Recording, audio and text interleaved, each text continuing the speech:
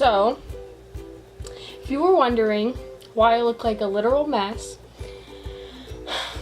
I wasn't planning on filming a video today, but I have a story time. So, it is like 4 o'clock right now, and when I get out of school, usually I get on the bus and I get home by like 3:15. Anyways, today was a little different. We were 3 stops away from my stop. When we were literally stopping, the bus was like, stopped. When some other girl in another car behind us decides to rear end us. I was sitting in the last seat and I could feel the bump. I just had my headphones in. I was just like minding my own business like I always do, trying to block out everyone else on the bus because they're annoying. But I take my headphones out. I was like, what was that? I look back and there is this lady right up against the back of the bus. So, of course, I was like, great, this is gonna take forever because this happened before. It was literally at the same exact stop. I'm pretty sure it was like 2 years ago. Luckily, I wasn't on that bus.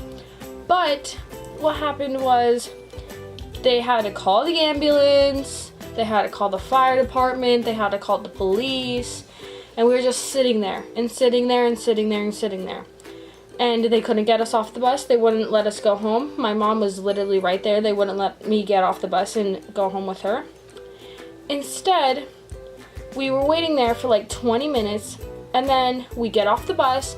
We walk to this little store that's right next to where we got hit at, and then she calls our names. That takes like 20 minutes, and then she's like, oh, you need to go back on the bus. The police officer wants to talk to each of you individually. I was like, seriously? It's already like 3:50 at this point. And I was like, I just want to go home. I was dehydrated, I was sweating, I'm tired. And then of course, when we get back on the bus, wait for this police officer to decide to come through, then he's like, oh, I'm not gonna ask you guys questions. So we literally wait for the other bus, we get off that bus. I still couldn't go home with my mom. I was like, you gotta be kidding me, because they couldn't pull our information up on the internet. So I had to get back on another bus, and I had to drive to my bus stop, and then I got off, and I was like, you gotta be kidding me. I just chugged a whole thing of water. I'm just fuming. I cannot believe I had to sit through that.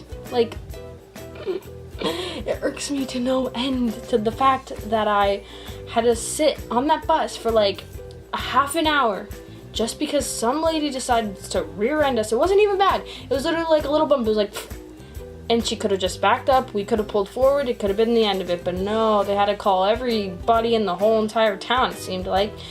And I'm just sitting there, and everyone decides they have to throw a fit. All these little kids, these like freshmen and middle schoolers, they were like, oh my god, I need to record this. Like, no, you don't.